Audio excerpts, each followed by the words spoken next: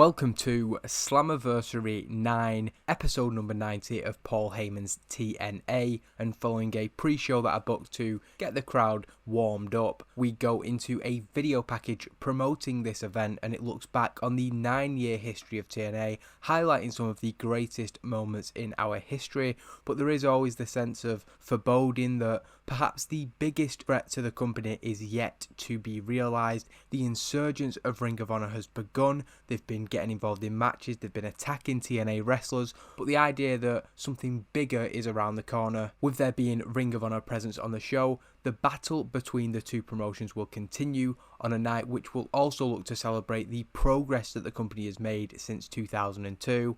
Mauro Ranallo and Taz are joined by the original voice of TNA, Mike Tenay, and they all welcome the viewers to the show. They look to create even more hype for this monumental event, and Slammiversary will begin with the first of 7 title matches on the card. 10 matches total. The inaugural TNA Evolve champion will be crowned up first in a King of the Mountain ladder match. I've said this before, but if anybody hasn't seen the previous episodes, I don't do the thing where the wrestlers have to hang the title onto the hook. I think that just doesn't make any sense.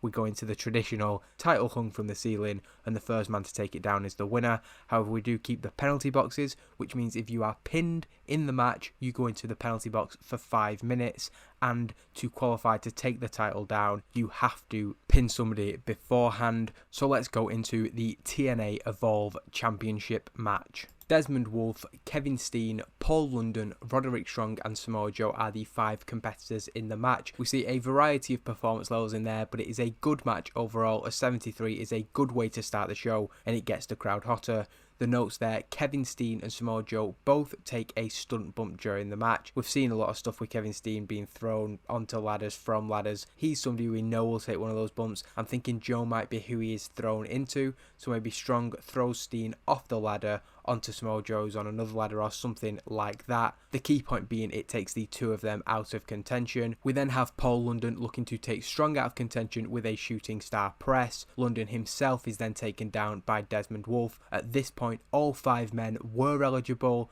but it is Desmond Wolfe who takes down the TNA Evolve Championship in 15 minutes and 50. This wasn't an easy decision to make. I really like the idea of Steen maybe winning the title, or Strong, given that he's a former X Division champion, but I feel like Desmond Wolfe's been here for almost 2 years now. He's been a brilliant performer. Only a 70 tonight, but in general he's been really good, and he's never really been given that chance to hold a championship and see what he is capable of. He holds the Evolve Championship in his arms, appearing to inspect the title. He's almost in disbelief as he becomes the first ever holder of it. He's recently turned face, and now he has championship gold, so lots of momentum building for him. The commentators put over that whether you've loved him or you've hated him, he has been a vital part of TNA since he arrived on the roster 18 months ago, going straight after Kurt Angle. He's always been ambitious, he's always been ruthless, and now he is getting his rewards. Now back on the ground, Desmond Wolfe has his arm raised in the air by the referee.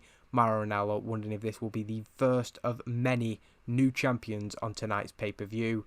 With that said, we go into the second match of the night, a non-title match between Ring of Honor and TNA. It is the American Wolves, Davey Richards and Eddie Edwards, ANX, Kenny King and Rhett Titus, and they're facing the Motor City Machine Guns, Shelley and Sabin, and WGTT, Charlie Haas and Shelton Benjamin. It's less than 10 minutes. We kind of want there to be a fast-paced start to this, and again we get the crowd hotter. Nobody really standing out. Shelton Benjamin we know can put in much better performances than that. It's not one of the highlighted matches. It's not something that I had huge expectations for. The finish comes when Davey Richards and Charlie Haas are left in the middle of the ring, and once Richards locks in a Kimura, Haas has no choice but to tap out.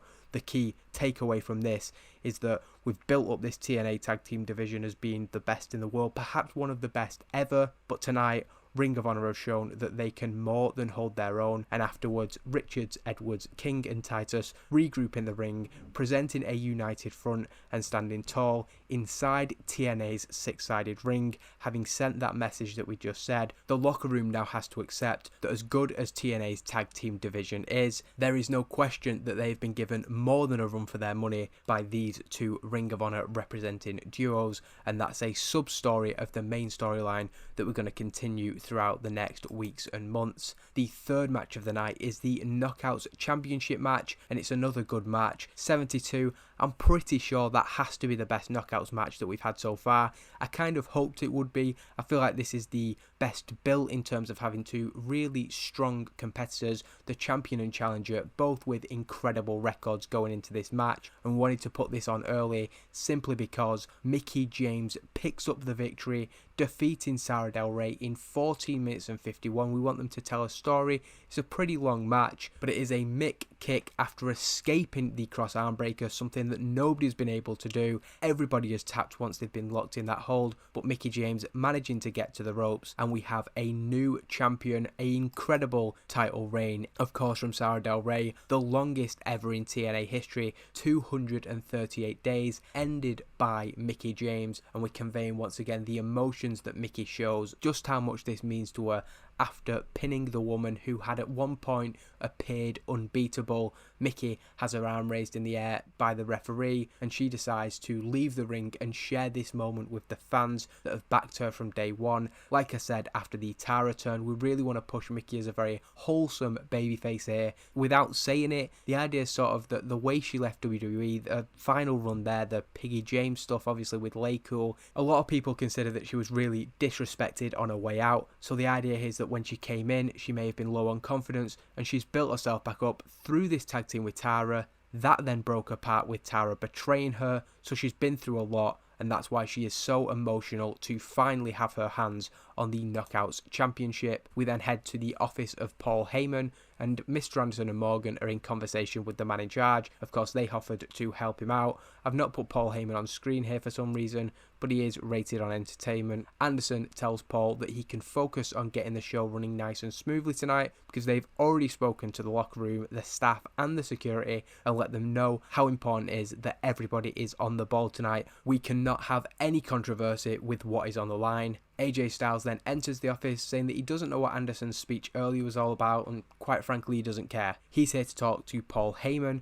about whatever this arrangement is with Matt Morgan and Mr. Anderson. Whoever it is who's running things tonight, they just need to make sure that when it comes to Austin Aries versus AJ Styles for the Ring of Honor World Championship, it does just come down to Austin Aries and AJ Styles, not everybody else who seems to be tagging on to this. He doesn't want any of the Ring of Honor guys, he don't want any of the TNA guys involved. He wants a fair one-on-one match. A knock on the door is then heard, and followed by Steve Corino entering the room, the spokesman of Ring of Honor in recent weeks. He mocks what appears to be a strategy meeting from his point of view and puts over Ring of Honor's victory earlier and their victory that's coming up later tonight. Corino then leaves the office, but first asks Paul Heyman to pass on his congratulations to Desmond Wolfe. Oh, and wish Brian luck from him too for tonight's main event. Corino then leaves with a smirk, the idea being that he's kind of trying to put doubt into Paul Heyman and the rest of the TNA guys' minds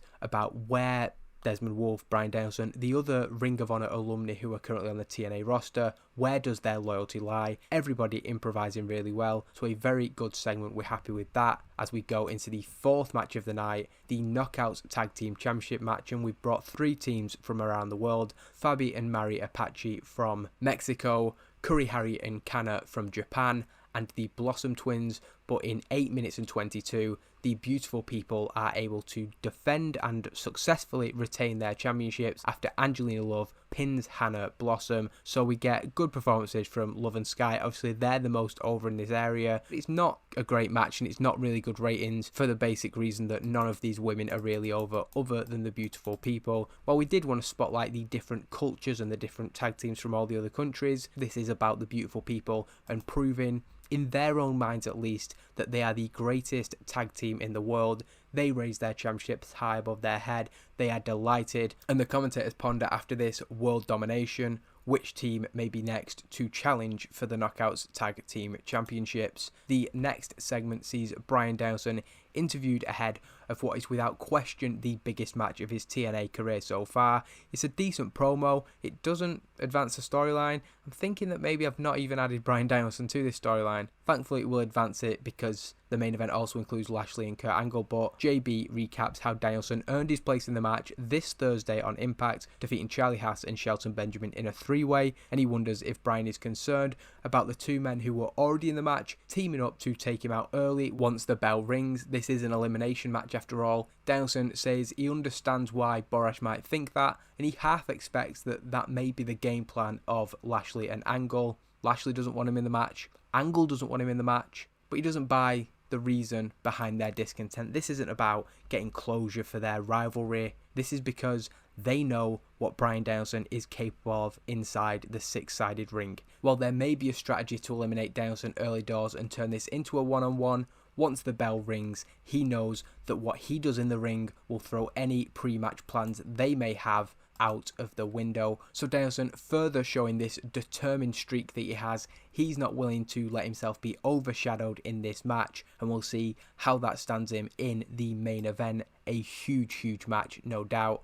We then get the X Division Championship match. Another good match. It feels almost like every match has been around this level, other than, of course, the Knockouts Tag Team Championship match. Tyler Black doing really well, low-key with a solid performance, and their good chemistry means that it is a great match in terms of the wrestling, and we have good heat. And when low-key hits a double foot stomp to Tyler Black, there is no chance that the champion is kicking out. However, the man at ringside places Black's foot on the bottom rope and draws the referee's attention to it, so screwing low-key, who had the match won. This allows Black to get back into the match, and eventually a blackout from him does give him the victory. He retains the X Division Championship on his second defense. Clearly the story after the match is that low-key had this match won if it wasn't for the leader of the New Age, Jimmy Jacobs. That man joins Tyler in the ring. He's as much responsible as Black for him winning tonight, so why wouldn't he share the spotlight as he hands Tyler Black his X Division Championship? He raises Tyler Black's arm in the ring. The New Age may have lost one title already on tonight's show, Del Rey losing to Mickie James, but Black's retention does let them regain some optimism with the World Tag Team Championships to be defended later in the night by fellow members of the group, the Kings of Wrestling. As far as the match just gone goes, the commentator suggests that Low-Ki won't take this defeat lying down. Quite predictably, there will probably be another one-on-one match between the two. We then go into another New Age match, but Jimmy Jacobs isn't here. Daisy Hayes joining Mischief at ringside, but she cannot have any effect as Alyssa Flash defeats Mischief in 12 minutes and 26. A 56 from Alyssa Flash is good, and it is a good match overall with a 61, but this whole storyline is about getting Flash over as a babyface, and that's what she does with a decisive victory here. Obviously a very personal rivalry again, but Flash gets that vindication she was after, winning over her former best friend and fellow Knockouts Tag Team Champion. She's proved that she is capable of getting the job done without the New Age, and we do want this to be a landmark night for taking Alyssa Flash from that mid-card level to eventually becoming one of the top knockouts in the division. 1 year ago at this very event, Alyssa Flash and Mischief joined Jimmy Jacobs' New Age and became the Knockouts Tag Team Champions. So much changes in a year. Tonight she stands over the woman she won those titles with in victory, and the commentators wonder where Flash may be in another year from now, the implication being that we have very big plans for this woman. We then get a video package before the World Tag Team Championship match. This has sort of become the New Age section of the show. A video package looking at the history of Jeff Hardy and Sting in TNA, putting over two of the most recognisable stars to ever step foot inside the six-sided ring. In fact, they're two of the most recognisable guys to ever step foot in a ring, full stop. This is then contrasted with the arrival of the New Age and their role in attempting to change the business. As part of that, they took Jeff Hardy and Sting out of the company for almost 6 months. Longer in Sting's case actually. Footage shows the loaded elbow from Chris Hero which put Sting out of action in the first place, as well as the New Age beatdown punctuated by Tyler Black curb stomping him into a steel chair that resulted in that serious injury that kept him out. Over the last month, the two men who have had half of a year of their careers stolen by the New Age returned looking for revenge on that group for what they took from them. The Icon and the Enigma are looking to take what matters most to the Kings of Wrestling, the TNA World Tag Team Championships. And the story of this match, the Kings of Wrestling defending against the Icon and the Enigma, is that without question, Hero and Castagnoli are the more cohesive team, and that means that they dominate large portions of the match. But the emotion of Sting, the emotion of Jeff Hardy, the determination for them to get their revenge means that they pick up the victory. Chris Hero pinned by Jeff Hardy following a swanton bomb. While they may not have had many matches as a team together and they've only just come back, it's a big moment as Jeff Hardy and Sting become the new World Tag Team Champions. Hero and Castagnoli doing really, really well, as they always do. This isn't sort of them being demoted or anything. In fact, with the performances they've been getting, we have massive plans, of course, for these two. I feel like some people may be a little bit disappointed with the result of this match. Fantastic heat and great wrestling, and I think to give them such a prominent match on this card, it doesn't hurt them too much to be defeated. Last month they main evented Sacrifice, so these two are very much still perceived at the very top of our card. But the long-term story between these two sides coming to a close, with Jeff Hardy and Sting celebrating becoming the World Tag Team Champions. I say that, there's no doubt that the Kings of Wrestling are going to be gunning for a rematch and getting their titles back, but I mean, we get a closure to this part of the story with Jeff Hardy and Sting, the babyfaces, getting their revenge. One of the all-time tag team greats in Jeff Hardy, holding the titles with a man he grew up idolising, an absolute dream come true for him. Both men's face paint has long since faded, just one sign of the toll that this match had taken on them. Like I said, the Kings dominated this match. The commentators promote this as a huge moment, and I think there is an element of special attraction. Sting has only had 3-4 matches in the 18 months of this save, and now of course he will at least have to have more of a regular schedule as he holds one of our tag team championships. We then move on to the next match. Again, it seems sometimes like it's so fast paced, like we go from that straight into this, but of course we know on pay-per-views the commentators talk between stuff. I'm not putting all that in, but of course we know how pay-per-view runs. So as we switch focus then to the next match, Madison Rayne leads her personal bodyguard down to the ring, cutting a promo as she does, putting her over. Rayne says that the fans have never seen anything like the Amazon, and Awesome Kong has never faced anyone like her either.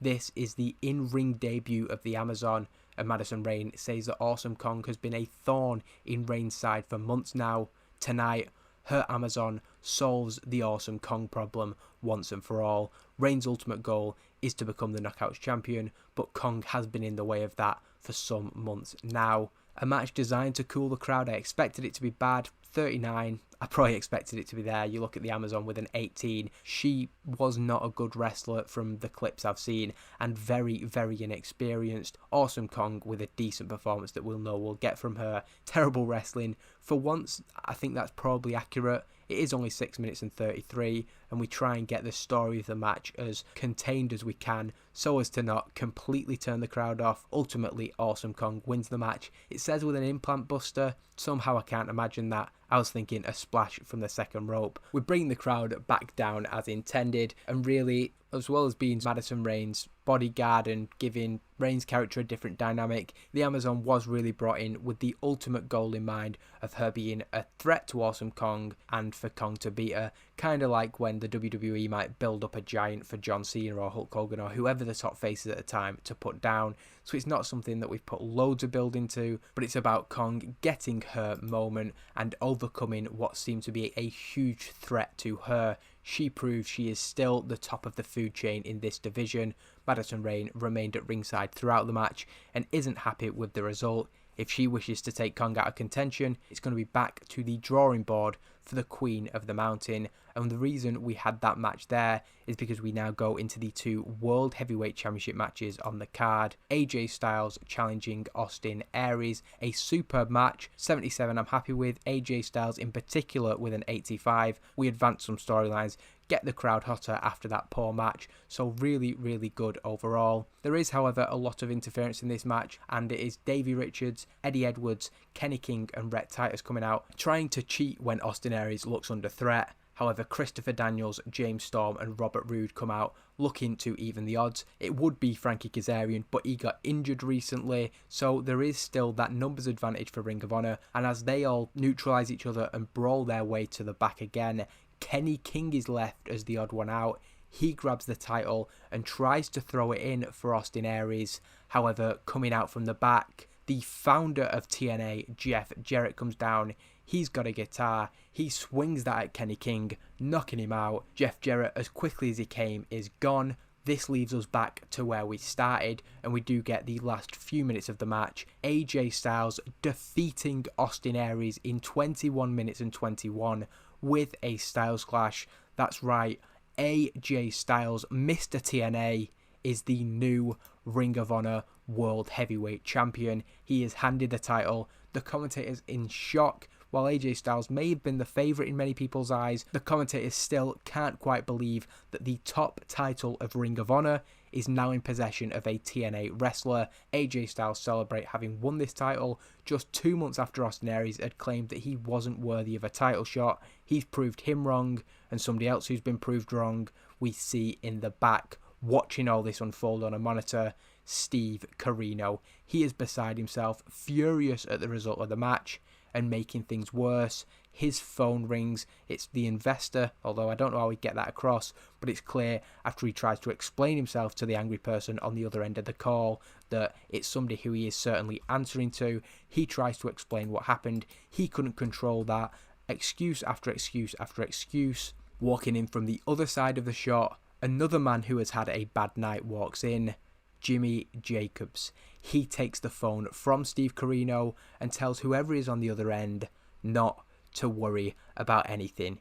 He hangs up the call and tells Steve Corino to follow him, the Ring of Honor spokesperson, leaving for a private conversation with Jimmy Jacobs. So this is two groups that have run parallel so far and not interacted at all, the Ring of Honor guys and the New Age, but after having a very, very bad night, losing championships and losing matches at Slammiversary, it looks like Jimmy Jacobs needs to speak with the man who is currently the head of that Ring of Honor group.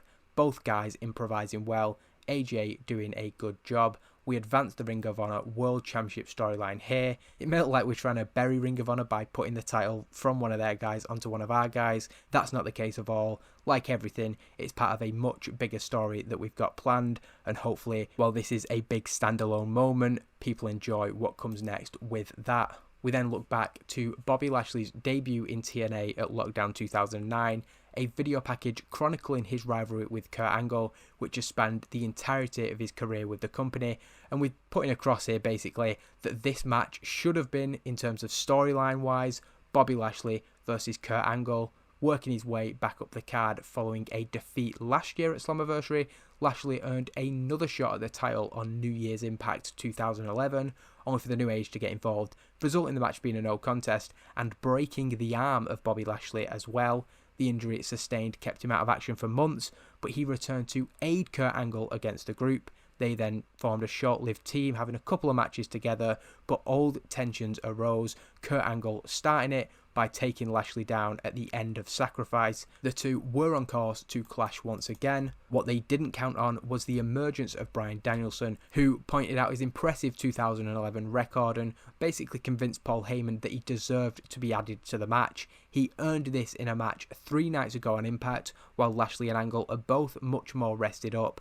Neither Angle or Lashley want him in this match, but will have to navigate his involvement if they wish to leave as the TNA World Heavyweight Champion tonight. Unfortunately, losing heat to the storyline at the very last moment, but it is time for our Slammiversary main event for the World Heavyweight Championship, and it is an exceptional match according to the game, but at 79, for a pay-per-view of this magnitude, I hope to at least be in the mid-80s.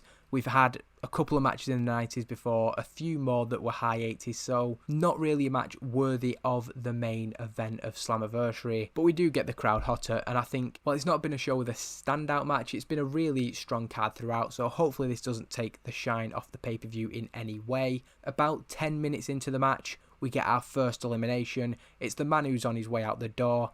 Probably give somewhat away here, but Lashley was originally intended, it wasn't 100% set in stone, but he was going to take the title from Kurt Angle. That was the plan as of a few weeks ago. Bryan Danielson makes him tap out to the LeBell Lock 10 minutes into the match, so decisive and really trying to put Bryan Danielson on another level. He's the man who's tagged onto this match, so we have to work even harder to make him appear to be on the level of Kurt Angle. And with Lashley out of the title scene, out of the company within the next week, it's very important that we build up these stars as quickly as we can, and hopefully Danielson doing that to Lashley does that job. At this point in the match, Kurt Angle was already down, and Bryan Danielson waits for Kurt Angle to get back to his feet. A little bit of a psychological game there. He's ready for this one-on-one to start now. However, as Bobby Lashley gets up, he refuses when the referee tries to lead him away and hits Bryan Danielson with a spear.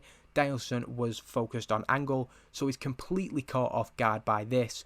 When Angle eventually gets back to his feet, he sees that Danielson is on the ground. It's a few minutes later because Lashley has to be carried away as security and referees come out and drag him away physically because he won't leave. He is so bitter. But like I said, the pain that Danielson is in, he's being checked on by the referee for the match. But Kurt Angle goes over, drags him to his feet, and it's almost a mercy killing here. He hits the Angle Slam to Bryan Danielson and pins him for the 1-2. Danielson kicks out. The match continues then and goes on to 28 minutes and 19 seconds. So a long part of the match, 18 minutes, is just Kurt Angle and Bryan Danielson. When Danielson slips out of another attempted Angle Slam, he is able to get the arms in that butterfly hold and goes for the cattle mutilation in the middle of the ring. Angle has nowhere to go. He appears to be fading. Bryan arching the back, really leaving Angle with no choice but to give up.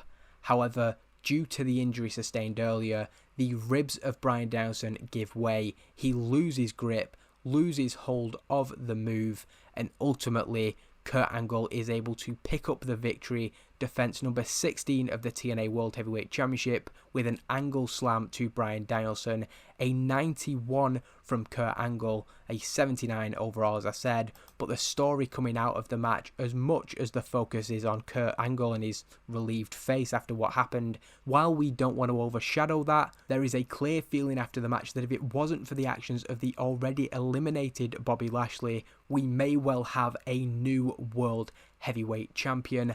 Angle stands tall to end Slammiversary 9, with Bryan Danielson sat in the corner of the ring holding his ribs. The idea there to the finish was to build up and build up, that we thought that it was going to be Bryan Danielson's moment on one of the biggest shows of the year and then pull the rug out from underneath him. But of course he still has, you could call it an excuse, but a justification for why he was unable to defeat Kurt Angle. And surely the reaction to this has to be, what would happen if these two men went one-on-one without that Lashley involvement after he was eliminated?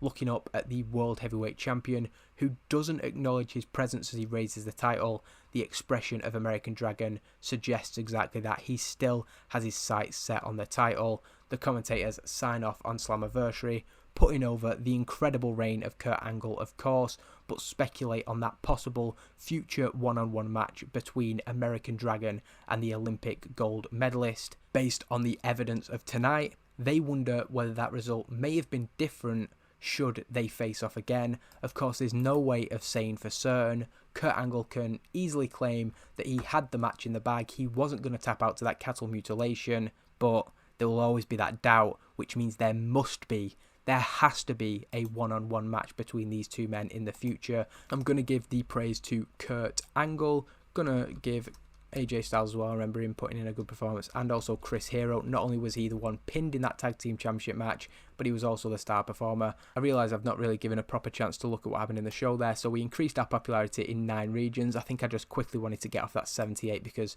that is not the standard that you expect for a show like Slammiversary.